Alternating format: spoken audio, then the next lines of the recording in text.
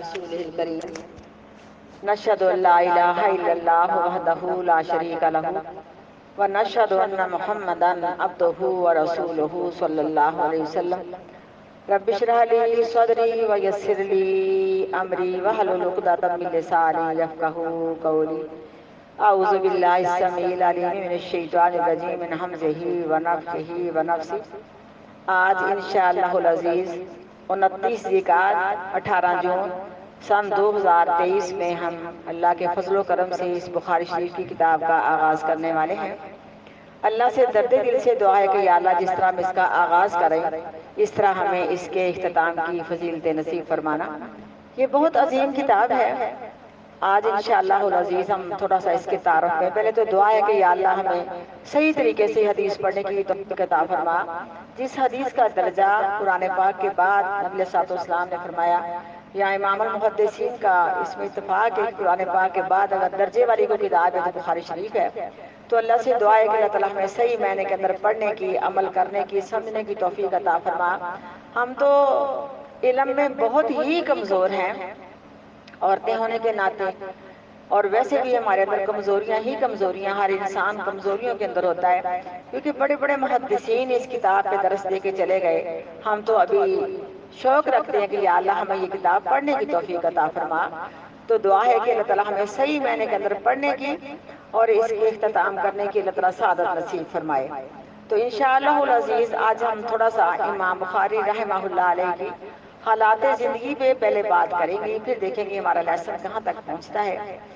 امام المحدثین، امام المسلمین، امام ابو عبداللہ محمد بن اسماعیل رحمہ اللہ علیہ ان مایہ ناز شخصیتوں میں سے ہیں۔ ان کی شخصیت اتنی مایہ ناز ہے کہ جن کے متعلق ہم کچھ کہہ نہیں سکتے ہیں اور کچھ بول نہیں سکتے۔ ان کی شخصیت بڑی مایہ ناز ہے، یعنی نبی کریم صلی اللہ علیہ وسلم نے اپنی زندگی کے اندر بھی پیشین گوئیاں فرمائیں، جن میں یہ پیش ہیں امام بخاری رحمہ اللہ علیہ۔ اور سورۃ جمعہ کے اندر جو آیت آتی ہے نا، نبی کریم صلی اللہ علیہ وسلم نے ارشاد فرمایا، اللہ کا پیغام ملا علیہ الصلوۃ والسلام کو کہ سونے نبی آپ کی وفات کے بعد، آپ کی رسالت کے بعد کچھ ایسے لوگ پیدا ہوں گے جو اس قرآن و حدیث کے علم کے حامل ہوں گے جو ابھی آپ کو نہیں ملے نا، کیونکہ پہلے تو آپ نے یہ کہا آئے سنائی تو سب نے کہا اللہ کے سنی وہ کون لوگ ہیں؟ آقا علیہ السلام خاموش رہے، حکمت تھی۔ دوبارہ صحابہ نے پوچھا تو آپ خاموش رہے، اس میں حکمت تھی۔ تیسری بار آپ نے ارشاد فرمایا کہ وہ فارس کے لوگ ہیں۔ یہ پیشین گوئی امام المحدثین محمد عبداللہ کی، کوئی ان کی یہ جو نامی اس میں گرامی محمد ہے، ان کے باپ کا نام اسماعیل ہے اور ان کی کنیت ابو عبداللہ ہے۔ تو تھوڑا سا تعارف بعد میں دیکھتے ہیں، لیکن یہ مایہ ناز شخصیت میں ہے جن کی پیشین گوئی آقا علیہ الصلوۃ والسلام نے پہلے ارشاد فرمائی تھی، اور یہ فارس کے اندر فارسی خاندان میں اللہ نے ان کو پیدا کر کے پیشین گوئی پوری کر دی۔ تو تیسری مرتبہ نبی کریم صلی اللہ علیہ وسلم نے ارشاد فرمایا یہ شخصیت جو ہے نا یہ فارسی لوگوں کو نصیب ہے۔ آپ نے فرمایا فارس خاندان کے جو لوگ ہیں نا، فارسی لوگ، یہ علم حاصل کرنے کے بڑے شوقین ہیں۔ جب تیسری مرتبہ پوچھا نا اللہ کے رسول جی اس سے مراد کون لوگ ہیں جن کے متعلق اللہ خالق کائنات نے اس آیت میں ارشاد فرمایا کہ اے میرے پاک پیغمبر ابھی وہ لوگ آپ کو نہیں ملے، آپ کی رسالت کے بعد وہ لوگ ہوں گے، تو آپ نے فرمایا اس اسلام اور قرآن و حدیث کے علم کے حامل ہوں گے۔ تو امام بخاری انہی مایہ ناز شخصیت میں سے ہیں۔ تو آقا علیہ الصلوۃ والسلام نے فرمایا کہ یہ فارسی لوگ ہیں، اور یہ ابو موسیٰ اشعری آپ کے پاس تشریف فرما بھی تھے، فرمایا یہ فارس کے لوگ ہوں گے، فارس کے اندر پیدا ہونے والے لوگ ہوں گے، اور فارسی خاندان کو اللہ نے یہ سعادت نصیب کی۔ آپ نے فرمایا یہ لوگ اتنے شوقین ہیں علم کے، اگر ان کو ثریا پہ ستارے پہ جا کے بھی علم حاصل کرنا پڑے نا تو وہاں سے بھی علم حاصل کر لیں۔ تو پیشین گوئی یہ پوری ہو چکی تھی۔ لیکن امام المحدثین امام بخاری رحمہ اللہ علیہ یہ ان کی پیدائش کا جو تاریخ کا ذکر آتا ہے، یعنی ان کی پیدائش تو 194 ہجری کے اندر 13 شوال جمعے کی نماز کے بعد ہوئی، لیکن جو ان کے باپ اسماعیل تھے نا رحمہ اللہ علیہ یہ مایہ ناز شخصیت میں سے تھے، اور امام بخاری کو یہ سعادت نصیب ہوئی کہ باپ بھی محدث ہے اور خود بھی محدث ہے۔ محمد اسماعیل جو امام اسماعیل ہیں ان کے والد محترم، ان کے متعلق ان کے شاگردوں نے کہا کہ ہم امام اسماعیل کی وفات کے وقت موجود تھے، انہوں نے کہا کہ ہم نے ساری زندگی حلال کی کمائی کھائی ہے، ہماری کمائی میں، ہماری جائیداد میں، ہماری وراثت میں ایک جو ہے روپیہ بھی حرام کا نہیں ہے۔ یہ ان کے بیٹے ہیں محمد، لیکن یہ شخصیت جو ہے کہ باپ بھی محدث ہے، خود بھی محدث ہے، یہ بہت ہی کم یہ سعادت ملتی ہے، کیونکہ امام اسماعیل نے بہت دین کی خدمت کی اور وہ شیخ الحدیث امام المحدثین میں سے ہیں، یعنی محدثین کے امام ہیں۔ لیکن جس طرح کی یہ ساتیں تو اللہ کی طرف سے انعام شدہ ہے نا، لیکن جس طرح کہ آقا علیہ الصلوۃ والسلام نے یہ یوسف علیہ الصلوۃ والسلام کے متعلق ارشاد فرمایا تھا نا صحابہ کے پوچھنے پر، آپ نے فرمایا تم اس کے بارے کے اندر پوچھتے ہو جو خود بھی رسول، باپ بھی رسول، دادا بھی رسول، پردادا بھی رسول، رسولوں کی لڑی ہے۔ تو یہ بہت سعادت نصیب ہوئی محمد امام بخاری رحمہ اللہ علیہ کو، اور ان کی جو پیدائش ہے میں نے بتایا کہ سن 194 ہجری کے اندر ہوئی اور 13 شوال جمعے کی نماز کے بعد، لیکن یہ علم کے سمندر کی گود میں پیدا ہوئے۔ جو ان کی والدہ محترمہ تھی نا، کہتی بڑی عبادت گزار تھی، تہجد گزار تھی، نفل پڑھنے والی، علم کا سمندر تھی، جس کی گود میں محمد بن اسماعیل نے پرورش پائی۔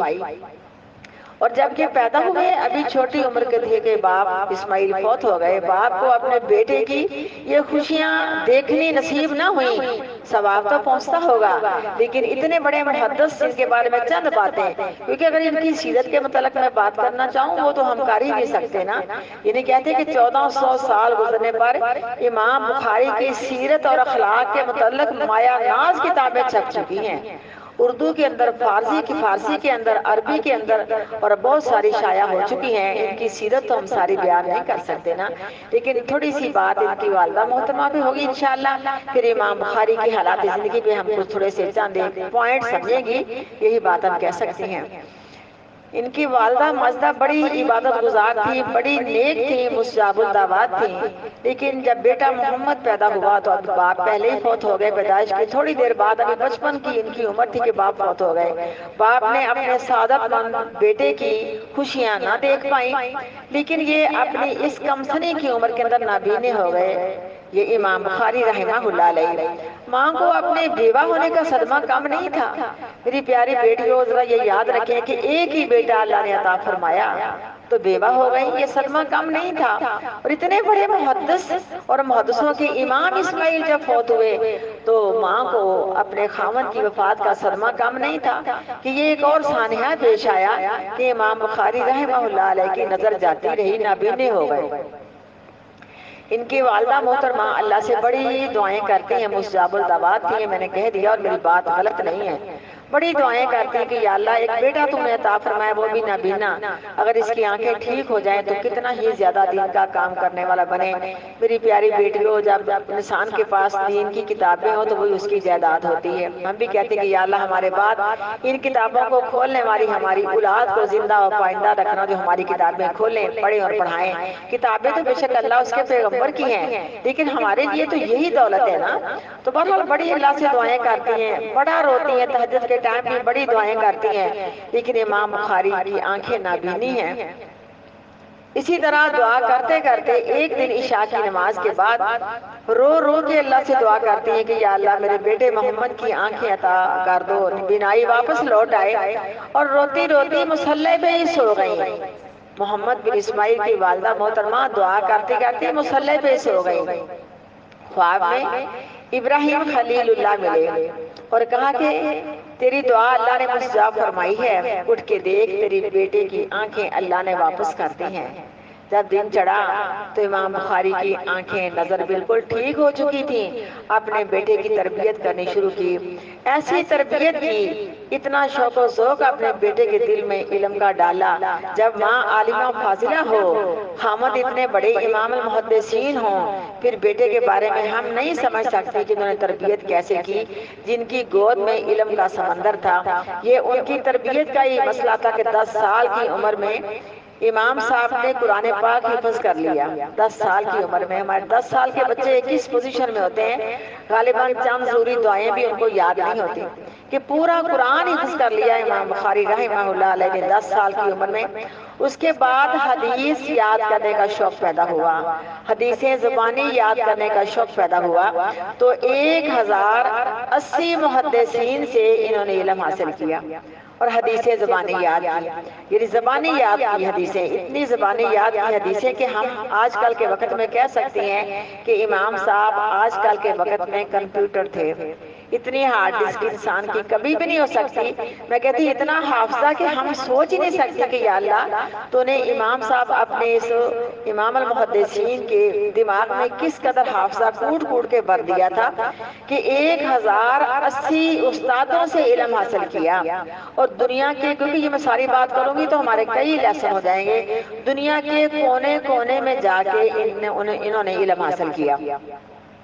اور ان کا اپنا علاقہ تو بخارا کا تھا، کیونکہ بخارا علاقے میں امام صاحب فارسی خاندان کے اندر پیدا ہوئے ہیں۔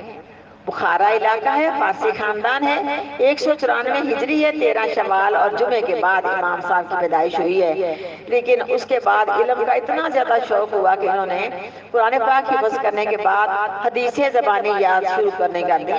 18 سال کی عمر میں جب اللہ نے ان کو آنکھیں عطا فرمائیں، انہوں نے تاریخ کبیر لکھی۔ تاریخ کبیر کبھی کو اس کا مطالعہ کر کے دیکھیں، یہ 9 جلدوں کی کتاب ہے، اور چاند کی چاندنی میں، دیکھو پہلے آنکھیں نبی نہیں تھی، پھر چاند کی چاندنی میں، اس وقت اتنے وسائل موجود نہیں تھے، چاند کی چاندنی میں راتیں جاگ جاگ کے، کیونکہ چاند کی چاندنی رات کو ہوتی ہے، راتیں جاگ جاگ کے تاریخ کبیر لکھی جو 9 جلدوں کے اندر آج بھی مایا ناز موجود ہے۔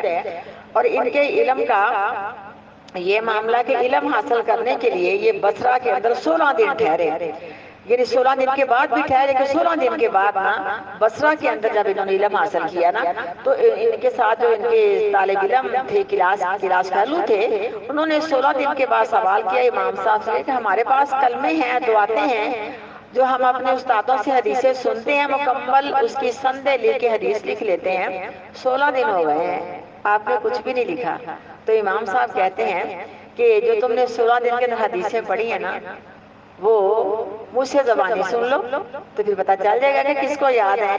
کہتے ہیں کہ جو انہوں نے 16 دن میں حدیثیں اپنے استاد صاحب سے سنی تھی نا، اور وہ 15,000 حدیثیں تھیں۔ میں صدقے جاؤں، کبھی یہ بات سوچیں تو ہم دنگ رہ جاتے ہیں کہ 16 دن میں 15,000 حدیثیں جو تھی نا انہوں نے سنی زبانی۔ اس قدر زبانی سنانے کے دن کا محاورہ تھا کہ جنہوں نے حدیثیں لکھی ہوئی تھی نا، انہوں نے بھی اپنی سندوں کی غلطیاں نکالی، انہوں نے بھی اپنی حدیثوں کی سندوں کی غلطیاں نکالی، انہوں نے اپنے استاد سے قلم سے وہ حدیث لکھی ہوئی تھی۔ تو جب امام صاحب سے سنا ان حدیثوں کو تو دنگ رہ گئے، حیران رہ گئے، ابھی کچھ نہیں ہے، لیکن اتنی حدیثیں یاد ہیں اور اٹھنے والوں نے اپنی غلطی کی عبادت کا ان کو اتنا شوق تھا، زیادہ باتیں کرتے تھے، راتوں کے نفل نہیں چھوڑے، کبھی اشراق کے نفل نہیں چھوڑے، کبھی کہتے کہ 3 دن میں قرآن پاک ختم کرتے ہیں، کبھی ان کے متعلق سب کچھ دیکھیں تو یقین جانو کہ میری زبان زیب نہیں دے رہی کہ امام صاحب کی عبادت کے بارے میں کچھ کہہ پاؤں۔ لیکن ایک مرتبہ کا واقعہ ہے کہ ایک بات ظہر کی نماز پڑھنے کے بعد ان کا دل چاہا کہ میں کو 2 نفل پڑھوں، کیونکہ آپ کو معلوم ہے کہ آنکھوں کے آپریشن کے بعد آج میرا پہلا لیسن ہے، اور ابھی اور ابھی دور کے بھی جو ہے نا وہ شعائیں لگنی نظر نہیں ٹھیک ہے۔ اللہ سے دعا کہ اللہ، میں نے ہر وقت یہی دعا کی کہ اللہ اگر تو اپنے امام محمد بن اسماعیل بخاری کو ماں کی دعا ہے، اللہ ہمیں تیرے پیغمبر کی وہی حدیث پڑھنی ہے جو امام بخاری نے لکھی ہے رحمہ اللہ علیہ نے لکھی، کیونکہ ان کو تمام مسلمان قیامت تک آنے والے خراج تحسین پیش کرتے رہیں گے، جنہوں نے پاک پیغمبر کی حدیثوں کو چھان بین کر کے جانچ پڑتال کر کے ایک کتاب کی شکل میں ہمارے سامنے لا کے رکھ دیا۔ یہ پہلا حصہ ہم نے شروع کرنا ہے، اور اتنا ہی موٹا دوسرا حصہ ہے، یہ ان کی جو ہے سمجھو کہ عکاف سے ان کو قیامت تک کے مسلمان خراج تحسین پیش کرتے رہیں گے، لیکن کیا ان کی باتوں کے متعلق ہم نے سوچا؟ وہ حدیث میں آپ کو سنا رہی ہوں کہ زور کی ان کا دل چاہا کہ میں 2 نفل پڑھ لوں، اور 2 نفلوں میں قرات شروع کر دی، قرات کرتے جاتے ہیں، اور جب سلام پھیری نا تو پاس بیٹھنے والوں سے کہا کہ میری کمر سے کپڑا اٹھا کے دیکھو۔ جب کپڑا اٹھا کے دیکھا تو 17 مرتبہ 10 اور 7 17 مرتبہ بچھو نے کاٹا ہوا ہے، اور وہ ہر جگہ پہ انفیکشن ہو چکا ہے۔ انہوں نے کہا امام صاحب سے کہ نفل ہی تو تھے، آپ سلام پھیر دیتے نا، رس سننے والی بات ہے کہ نفل ہی تو تھے، سلام پھیر دیتے۔ کہنے لگے میں نے قرآن پاک میں سے کہ ایسی سورت پڑھنی شروع کر دی جس کو چھوڑنے کو میرا دل نہیں چاہ رہا تھا۔ اور یہ ہیں وہ حدیثوں کی قدر جاننے والے۔ عبداللہ غزنوی کی بات مجھے یاد آ گئی، اپنے طالب علموں کو حدیث کا درس دے رہے ہیں۔ آج ہم درس دے رہی، ہمارے خیالات کہیں گئے ہوئے ہیں، ہمیں ہوا کی ضرورت ہے، ہمیں بھوک کا احساس ہے، اور ہمیں منہ خشک ہو رہا، ہم نے روزے رکھے ہوئے ہیں، کیا کیا معاملات ہیں ہمارے۔ تو عبداللہ غزنوی اپنے طالب علموں کو حدیث کا درس دے رہے ہیں، لیکن چہرے پہ تغیر ہو رہا ہے، چہرے کا رنگ تبدیل ہو رہا ہے، لیکن طالب علموں کے اندر جرت نہیں کہ پوچھیں استاد صاحب کیا مسئلہ ہے، کیا پریشانی کہ آپ کا چہرہ کبھی پلاہٹ پہ آ رہا ہے، کبھی اصل حالت میں آ رہا ہے۔ لیکن جب حدیث کا درس ختم ہوا، میں صدقے جاؤں، یہ لوگ ہیں حدیثوں کے حامل، یہ لوگ ہیں جنہوں نے حدیثوں کی قدر کی ہے۔ جب حدیث کا درس ختم ہوا تو طالب علموں نے کہا کہ ہمارے ماں باپ آپ پہ قربان ہو، آپ کو کوئی تکلیف پریشانی کہ آپ کے چہرے کا رنگ ہم سے دیکھا نہیں گا، کہا میری کمر سے کپڑا اٹھا کے دیکھو۔ جب دیکھا تو 32 مرتبہ بچھو نے ڈس دیا ہوا تھا، لیکن حدیث کے درس میں حرکت نہیں کی۔ یا اللہ ہم تیرے پاک پیغمبر کی حدیث کا حق نہیں ادا کر سکتے، لیکن اللہ سنے یہ ہم کہتی ہیں کہ بیماریوں کے مریض، تکلیفوں کے مریض، یا اللہ اگر ہم نے حدیث کھولی ہے، ہمیں اس حدیث کی برکت سے بینائی بھی عطا فرما دے، اور ہماری بیماریاں بھی یا اللہ شفاؤں میں تبدیل کر دے، بلکہ جتنے بیمار ہیں اللہ ان کو شفائے کاملہ عاجلہ نصیب فرما۔ یہ ان کی باتیں تھیں، اس طرح کی باتیں کرنے والے حدیثیں یاد کر لیتے ہیں۔ تو بہرحال یہ ان کا اپنا معاملہ تھا، لیکن اگر حدیثوں کے حافظ ہم دیکھیں کہ حدیثوں کو انہوں نے زبانی یاد کیا، میں نے پہلے ہی بتا دیا آپ کو کہ 16 دن میں بصرہ والوں کے ساتھ مل کے حدیث کا علم اپنے استادوں سے لیا، اور 1,80,000 استاد ہیں محمد بخاری کے، 1,80,000 استادوں سے علم حاصل کیا۔ میری پیاری بیٹی، آج ہم ایک بار قرآن پاک کا ترجمہ پڑھ لے، کہتے ہیں ہم ترجمہ کر لیا ہے، ہمیں کبھی احساس نہیں ہو کہ پہلی بار ترجمہ تفسیر کیا، دوسری بار اس کی گہرائی میں جائیں، شاید سمجھ زیادہ آ جائے۔ اور مجھے تو اس بات کا اتفاق ہے 30-32 سال ہو گئے ہیں، ہر مرتبہ قرآن پاک ختم کرنے پر نئے نئے ہیرے موتی جواہرات ہمیں ملتے ہیں۔ ہم تو ابھی علم کے سٹارٹ میں بھی نہیں پہنچے، لیکن انہوں نے 1,80,000 استادوں سے علم حاصل کیا، لیکن انہوں نے علم حاصل کرنے کے بعد جب 70,000 حدیثیں یاد کی نا، 70,000 حدیثوں کے یہ حافظ ہیں، 70,000 حدیثوں کے حافظ۔ تو یہ میں نے پہلے بتا دیا کہ 16 دن بصرہ کے اندر رہے، اور انہوں نے حدیثیں جو یاد کی نا 15,000 حدیثیں تھیں۔ تو طالب علموں نے اعتراض کیا کہ لکھتے بھی کچھ نہیں ہو، فارغ ہی بیٹھ کے چلے جاتے ہو، تو کہا مجھ سے سن لو نا۔ جب سنائیں تو لکھنے والوں نے اپنے سندوں کی غلطیاں نکالی۔ یہ ان کا چرچا مشہور و معروف تھا، ان کا چرچا بغداد کے اندر بھی مشہور ہو گیا کہ ایک بہت علم والے ان کا امتحان لیا جائے گا۔ یہ بغداد کے اندر تشریف لائے، میں نے میرا بیٹا پہلے ہی کہہ دیا کہ ساری بات ہم کر ہی نہیں سکتی ان کے علم کے متعلق، دنیا کے کونے کونے میں ان کے علم کا چرچا تھا۔ جب ان کا چرچا بغداد میں آیا، بغداد میں تشریف لائے، تو لوگوں نے ان کا امتحان لینا چاہا، ان کو آزمانا چاہا کہ یہ واقعی سچی بات ہے کہ 70,000 حدیثوں کے حافظ ہیں۔ ان لوگوں نے پتہ کیا کیا، وہ کیا نام ہے 10 لوگ ملے اور 100 حدیثیں لی، حدیثوں کو اس کے متن کے اندر ملا دیا، سندیں آپس میں ملا کے خلط ملط کر کے نا 10 لوگوں میں تقسیم کی۔ ایک ایک کے حصے میں 10 حدیثیں آئیں، حدیث کو متن کے ساتھ غلط ملا کے نا ایک ایک شخص کے حصے 10 حدیثیں آئیں۔ 10 لوگ یہ امتحان لینے کے لیے امام صاحب کے پاس آ گئے، ٹائم لے لیا گیا، لمبی چوڑی بات ہے۔ جب امام صاحب تشریف لائے، وقت مقررہ پر پہنچے، ان 10 لوگوں نے حدیثیں سنانا چاہیں۔ امام صاحب نے نمبر وائز 10 لوگوں سے 10 حدیثیں سنی۔ پہلے سے 10 حدیثیں سنی تو آرام سے آخر میں کہتے لا عارفہو، لا عارفہو، میں نہیں پہچانتا۔ دوسرے سے تیسرے سے کرتے کرتے 10 لوگوں نے 100 حدیثیں سنائیں۔ امام صاحب خاموش ہیں۔ یہ 10 لوگ نہیں بلکہ پورا مجمع آپس کے اندر باتیں کرنے لگے۔ کچھ لوگوں نے یوں کہا کہ امام صاحب اس امتحان میں فیل ہو جائیں گے، اور کچھ لوگوں نے کچھ کہا جیسے آپ جانتی ہیں کہ یہ باتیں ہوا کرتی، چہ مغیّں ہونے شروع ہو گئی۔ امام صاحب رحمہ اللہ علیہ نے حدیثوں کا صحیح سمجھ کے ساتھ بیان کرنا شروع کر دیا۔ پہلے شخص کی 10 حدیثوں کو صحیح سند کے ساتھ بیان کر دیا، تو دوسرے شخص کی کرتے کرتے 10 لوگوں کی حدیثوں کو صحیح سند کے ساتھ بیان کر دیا اور کہا کہ تم نے یہ حدیثیں اس طرح ان کی حدیثوں کو متن کے ساتھ ملا کے غلط بیان۔ کبھی اس طرح کا حافظہ ہم سوچ سکتے ہیں؟ میرے خیال میں ہم کہہ سکتے ہیں کہ سوال ہی پیدا نہیں ہوتا۔ یہ اپنے امتحان میں کامیاب ہو گئے اور امام صاحب سے 90,000 لوگوں نے حدیث کا درس لیا۔ امام صاحب نے 1,80,000 استادوں سے علم سیکھا اور 70,000 حدیثوں کے حافظ تھے، اور امام صاحب سے 90,000 لوگوں نے حدیثوں کا علم حاصل کیا۔ آج ہم چند ایک کو پڑھا کے ہم کہتے ہیں بڑے ہم شیخ الحدیث بن گئے، کیا بن گئے؟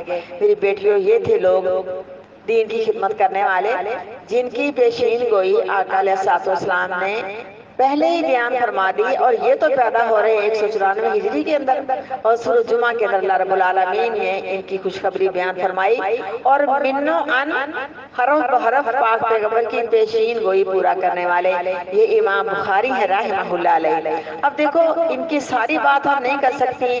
نیک باپ کے نیک بیٹے، باپ بھی محدث، خود بھی محدث، انہوں نے ایک ایسی کتاب تالیف کی جو قرآن پاک کے بعد درجہ رکھتی ہے۔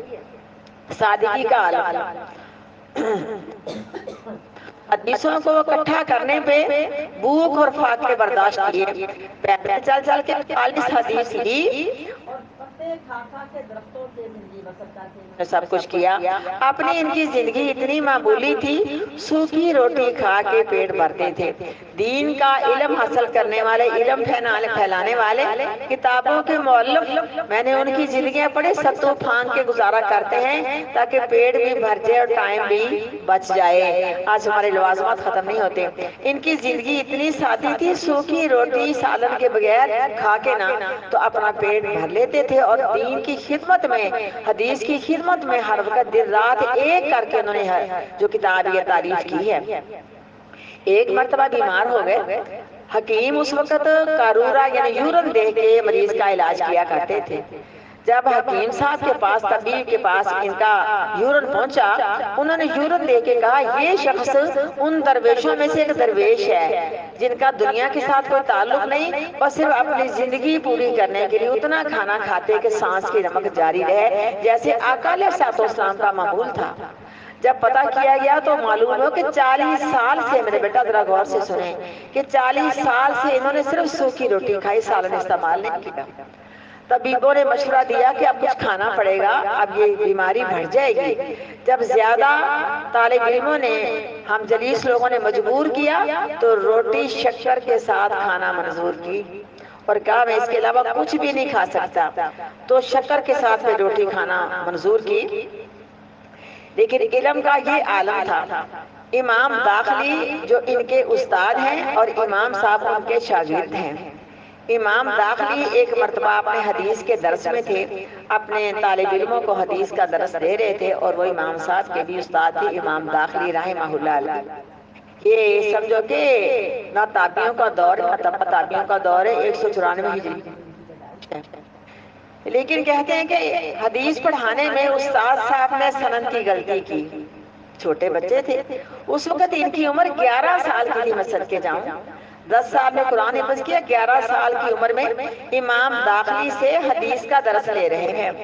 استاد صاحب نے حدیث بیان کرنے میں سند کے اندر کمزوری کی تو استاد صاحب کو بڑے ادب کے الفاظ میں کہا کہ آپ کی حدیث کی سند ٹھیک نہیں ہے۔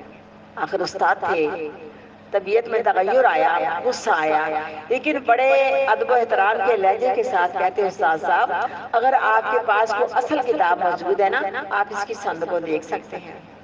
یہ امام داخلی گھر گئے، اصل کتاب کو دیکھا تو حدیث وہی ٹھیک تھی جو امام صاحب نے بیان کی تھی۔ امام داخلی استاد صاحب سے غلطی ہوگی، عمر کتنی؟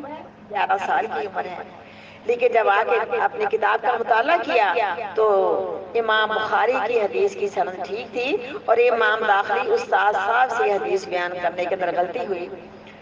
میرے بیٹا ان کی زندگی کے بڑے بڑے واقعات موجود ہیں، ایک واقعہ ایمانداری کا سناؤں گی اور جو ان کو سعادت حاصل ہوئی نا یہ کتاب لکھنے کی، یعنی جو ان کے بزرگ استاد تھے نا اسحاق ابن راہویہ، انہوں نے ان کا علم دیکھ کے، ان کی فقاہت دیکھ کے، ان کی سمجھ دیکھ کے کہ ان کی مشہوری دنیا کے کونے کونے میں ہو گئی تھی کہ ایک شخص ایسا ہے جو 70,000 حدیثوں کا حافظ ہے۔ صرف حدیثوں کے اوپر بات کرنی شروع کر دوں گی کہ کس طرح حدیثوں کے متعلق، حدیثوں کے راویوں کے متعلق، صحابہ کرام کے متعلق کیا کیا ہر حدیث کے بارے میں ان کے پاس علم تھا، ہمارا دماغ سوچ نہیں سکتا اپنی بیٹی۔ لیکن جب ان کے بزرگ استاد اسحاق صاحب نے کہا یہ امام بخاری رحمہ اللہ علیہ سے کہ اے کاش، اس وقت یہ سلسلہ چل چکا تھا کہ جھوٹی حدیثیں گڑ گڑ کے لوگ پاک پیغمبر کی حدیثوں میں داخل کر کے دین اسلام کو بگاڑنے کے اندر بڑی کوشش کر رہے تھے۔ میں کبھی واقعہ سناؤں گی آپ کو انشاءاللہ۔ یہ ہارون رشید کا واقعہ میرے ذہن میں آ گیا۔ انہوں نے ایک زندیق کو پھانسی دینا چاہا۔ زندیق کہتے ہیں حدیثوں میں جھوٹ بولنے والا، موضوع حدیثیں بیان کرنے والا۔ انہوں نے ہارون رشید نے پھانسی دینے کا آرڈر دیا۔ جب پھانسی دینے کے لیے زندیق کو بلایا گیا انہوں نے کہا پھانسی تو آپ مجھے دے دو گے لیکن بتاؤ کہ جو میں نے 1000 جھوٹی حدیثیں گڑھ کے تمہاری حدیثوں میں جیسے بخاری اور مسلم کے علاوہ جتنی کتب حدیث آپ کو ملیں گی، جیسے مشکات بھی ہے، جیسے بہت ساری کتابیں، نسائی ہے، ترمذی ہے، اس میں استادوں کا حق بنتا ہے کہ حدیثوں کی سند بیان کر کے جائیں، بچوں کو بتا کے جائیں۔ میں اس بات کی قائل ہوں، اللہ مجھے علم کی سمجھ عطا فرما دے۔ لیکن کہا کہ میں آپ کو تو پھانسی دے دوں گا اور جو تم نے 1000 جھوٹی حدیثیں گڑھ کے کتابوں کے اندر مکس کی ہوئی ہیں نا ان کا علاج یہی اسحاق صاحب کر دیں گے اور عبداللہ بن مبارک ان کا علاج کر دیں گے، یعنی چھانٹی کر کے، سندے بیان کر کے، تخریج کر کے ان حدیثوں کو نکال دیں گے۔ یہ کام انہوں نے کیا، لیکن ان کے استاد اسحاق صاحب نے کہا کہ اے کاش آپ ایک کتاب تصنیف کریں جس میں صحیح حدیثیں لکھیں۔ کہتے ہیں جب انہوں نے میرے علم کو سراہا میرے دل میں اس بات کا شوق پیدا ہوا۔ جیسے چھوٹی سی بات میں اپنی کروں، بڑے دل سے تمنا تھی کہ کتاب میں خود حدیثوں سے لکھوں، میں یہ بات کرنے کی زبان میں طاقت نہیں، میں تو بڑی کمزور ہوں۔ تو بہرحال میرے دل میں شوق تھا اور میں نے کچھ محنت کر کے مسنون نماز اذکار مسورہ کتاب لکھی جو 400 کے قریب ماشاءاللہ یہ سمجھو کہ سیل ہو چکی ہے، کچھ قیمتاً اور کچھ میں نے اللہ کی رضا کے لیے دی ہیں۔ اللہ یہ میری کاوش قبول کر کے میرے والدین کے لیے مجھے صدقہ جاریہ بنائے۔ انہی لوگوں نے، میرے سٹاف نے اور ان لوگوں نے میرا دل بڑھایا کہ آپ ایک اور کتاب لکھیں۔ الحمدللہ وہ 3 سال کی محنت میرے پاس کتاب، صحیح حدیثیں، صحیح طریقے اور جو مروجہ طریقے ہیں اس کے متعلق میں نے ایک بہت موٹی کتاب سمجھو کہ میں نے اپنی قلم سے وہ میں نے قلم بند کر دیا ہوا ہے۔ اب اس کی کمپوزنگ ہونی ہے، اس کی تصحیح ہونی ہے، غالباً ممکن ہے کہ 2-2.5 لاکھ روپے لگ جائے۔ اب میری کمیٹی اکتوبر کو نکلنی انشاءاللہ تعالیٰ، میرے دل میں امیدیں ہیں۔ یہ جب ہمارا پہلا لیسن ختم ہوا کچھ باقی مضمون تھے جو میں نے کمپلیٹ کیے اور میں نے مکمل طور پہ اللہ کے فضل و کرم سے حدیثوں کا حوالہ، حدیث نمبر، ہر چیز لکھ کے میں نے سب کچھ لکھا ہے۔ میرے دل میں شوق پیدا ہوا آپ سا لوگوں کے آمادہ کرنے پر، تو یہی معاملہ ان کے ساتھ پیش آیا۔ نہیں ابھی میں نے وہ سب کچھ میری ابھی وہ سمجھو کہ رف لکھا ہوا ہے۔ یہ بہت موٹی کاپیاں ہیں لیکن کتاب موٹی بن جائے گی انشاءاللہ، انشاءاللہ تعالیٰ یہ کتاب بھی ہوگی کیونکہ اب میرا دل ذرا بڑھ چکا ہے انشاءاللہ، لیکن تھوڑا سا یہ اللہ نے اتنی زندگی دی کہ میں نے اس کو اپنی قلم سے رف کمپلیٹ کر لیا ہے۔ اب اس کی کمپوزنگ ہوگی، اس کی تصحیح ہوگی انشاءاللہ استادوں سے، تو پھر وہ منظر عام پہ انشاءاللہ تعالیٰ آ جائے گی۔ لیکن میں نے یہ کوشش کی ہے ہر حدیث کا حوالہ، نمبر، ہر چیز، باب سب کچھ دیا تاکہ تصحیح کرنے والوں کو آسانی ہو جائے۔ تو آپ سب لوگوں نے میرا دل بڑھایا اور مجھ سے اللہ نے یہ کام لیا۔ اب بھی آپ کو پتا ہے کہ ان دنوں کے اندر مجھے بہت یہ مسئلہ بنا ہے طبیعت نیت کی خرابی کا اللہ کا شکر، پھر اللہ نے اپنی کرم نوازی کی ہے کہ میں چند لفظ بولنے کے قابل ہو گئی ہوں. تو یہ جب ان کا دل ان کے استاد صاحب نے بڑھایا، ان کے دل میں شوق پیدا ہوا کہ میں کتاب لکھنی شروع کروں، اور ان کو اپنی کتاب کے اس دور سے پہلے خواب بھی آئی تھی. امام بخاری رحمہ اللہ علیہ فرماتے کہ میں خواب میں پاک پیغمبر صلی اللہ علیہ وسلم کے سرہانے کھڑا تھا، اور نبی کریم صلی اللہ علیہ وسلم سوئے ہوئے ہیں، اور میں آپ کے سرہانے کھڑا ہو کے پنکھی سے پنکھا ہوتا ہے نا ہاتھ والا پنکھا، اس پنکھے سے آپ کے چہرہ مبارک سے یا آپ کے اوپر سے مکھیاں اڑا رہا ہوں. اور یہ نہیں کہ مکھیاں بیٹھی ہوئی ہیں، لیکن میرے ہاتھ میں پنکھا ہے اور میں آپ کو پنکھے سے ہوا دے رہا ہوں کہ آپ کے اوپر مکھیاں نہ آئیں اور موذی چیزیں آپ کو تکلیف نہ دیں. جب انہوں نے اپنی خواب اس وقت کے تعبیر کرنے والوں کو سنائی، انہوں نے تعبیر کی کہ آپ ایک کتاب لکھیں گے جو بالکل صحیح حدیثوں سے تصنیف کی گئی ہوگی. اب اس کی تعبیر بھی ہو گئی. اس کے علاوہ اور بھی ان کے متعلق خواب آئی ہے. ان کے استاد کو ایک مرتبہ خواب آئی کہ میں نے دیکھا ہے کہ نبی کریم صلی اللہ علیہ وسلم قبر مبارک سے باہر نکلے ہیں اور آپ اپنی قبر سے نکل کے چلتے جا رہے ہیں، اور جہاں نبی کریم صلی اللہ علیہ وسلم قدم مبارک رکھتے ہیں وہاں امام بخاری اپنا قدم رکھتے ہیں. پہلی خواب امام صاحب کو خود آئی تھی کہ آپ سوئے ہوئے، میں پنکھے سے آپ سے مکھیاں اڑا رہا ہوں اور موذی جانوروں کو پیچھے کر رہا ہوں. اور دوسری خواب ان کے استاد کو آئی کہ آقا علیہ السلام قبر سے نکلے ہیں اور آپ چند قدم آگے چلے ہیں اور آپ کے قدموں پر امام بخاری اپنے قدم رکھ رہے ہیں. اس کے علاوہ جو ابو زید مروزی ہیں وہ فرماتے ہیں کہ میں حجر اسود اور مقام ابراہیم کے درمیان سو رہا تھا. ان کے استاد کہتے ہیں ابو زید مروزی کہ میں حجر اسود اور مقام ابراہیم کے درمیان سو رہا تھا کہ خواب میں آقا علیہ السلام میرے پاس تشریف لائے اور کہتے ہیں ابو زید کب تک امام شافعی کی کتاب کا درس دیتا رہے گا. یہ کہتے ہیں ابو زید کہ مجھے آقا علیہ السلام خواب میں ملے اور کتنا پیارا یہ ٹھکانہ. میں کہتی ہیں اللہ ان کو وہاں سونے کا ٹائم مل گیا ہوگا، اب تو وہاں سے 2 نفل پڑھنے کا ٹائم بھی اتنا رش ہے. وہ وقت تھا کہ رش کم ہوا کرتا تو کوئی ٹائم میسر آ گیا ہوگا کہ میں سویا ہوا تھا، آقا علیہ السلام مجھے خواب میں ملتے ہیں. ان کے استاد کو کہتے ہیں ابو زید کب تک شافعی کی کتاب کا درس دیتا رہے گا اور کب تک ہماری کتاب کا درس نہیں دے گا.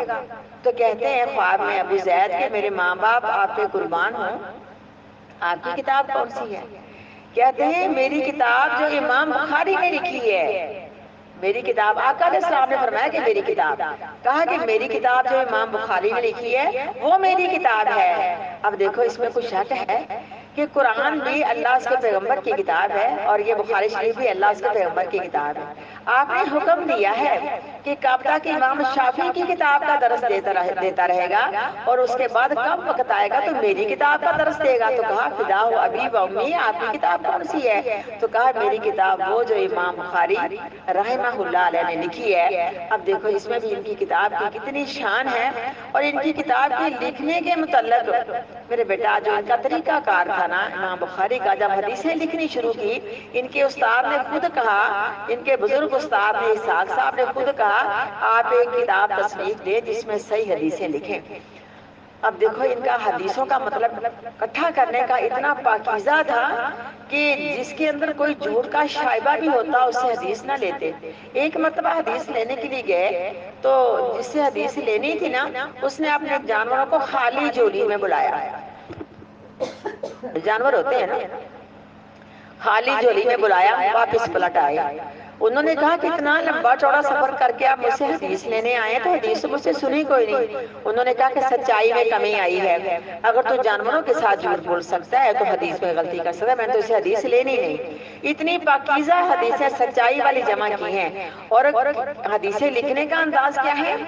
بیت اللہ کے اندر بیٹھے ہوئے، حرم کے اندر بیٹھے ہوئے پہلے غسل کرتے ہیں، پھر 2 نفل پڑھتے ہیں، پھر استخارہ کرتے ہیں. استخارے کے بعد جب ان کو اچھی طرح یقین ہو جاتا ہے حدیث یہ ٹھیک ہے، پھر اس کی سند لکھنے کے لیے اپنی قلم اٹھاتے ہیں جس کتاب کو ہم کھول کے بیٹھے ہیں. 5-6 لاکھ حدیثوں سے انہوں نے چن چن کے حدیثیں لکھی. اور ان کا یہ طریقہ کار تھا. پھر جب اپنی کتاب لکھ دی 3 بار اس کی سٹڈی کی، مسجد نبوی کے اندر بیٹھ کے، یعنی دوبارہ اس کا مطالعہ کیا، اس کی تصحیح کی کہ کہیں مجھ سے لکھنے کے اندر غلطی تو نہیں ہو گئی. آج تک کوئی مائی کا لال امام بخاری کی کتاب میں کسی بھی متن میں کسی بھی سند میں غلطی نکال نہیں سکا. غلطی نہیں نکال سکا، یہ ان کا کمال علم ہے میرے بیٹا، ہم تو سوچ بھی نہیں سکتے لیکن اللہ سنے یہ ہے اس امام صاحب کی کتاب اگر کھولی ہے تو یا اللہ ہمارے دل پاکیزہ کر دینا، ہمارے دلوں کے اندر قرآن و حدیث کی محبت ڈال دینا۔ اس قدر انہوں نے محنت کے ساتھ یہ کتاب لکھی ہے۔ اب تھوڑا سا اپنے اس لیسن کو ہم کمپلیٹ کرتے ہیں، کیونکہ معاملہ تو بہت ہے، انشاءاللہ جب سبق کے دوران کوئی اور بھی بات میرے ذہن میں آئی تو ہم کرتے چلیں گے۔ لیکن ان کی ایمانداری کا ایک واقعہ مجھے یاد آ گیا، اتنی ایمانداری کہ ایک مرتبہ جہاز کا سفر کر رہے ہیں تو 1000 اشرفیاں، اشرفی پتہ بہت قیمتی چیز، جیسے یہ دینار بڑا قیمتی سونے کا ہوتا ہے نا، 1000 اشرفیاں، جیسے ہم لوگ بھی سفر میں جاتے ہیں، یہ تاجر تھے، تجارت کا کاروبار کرتے تھے، 1000 اشرفیاں ان کی تھیلی میں جہاز کا سفر کر رہے ہیں، پاس بیٹھنے والے آپ کو پتا ہے کہ سفر کے ساتھی بن جاتے ہیں، وہ ان کے ہم نوا ہو گئے اور ان کو اپنے اعتماد میں لے لیا۔ تو باتوں باتوں کے اندر بات ہو گئی کہ میرے سفر میں میرے پاس جو رقم ہے وہ 1000 اشرفیاں ہیں۔ اس کے دل میں بے ایمانی آ گئی،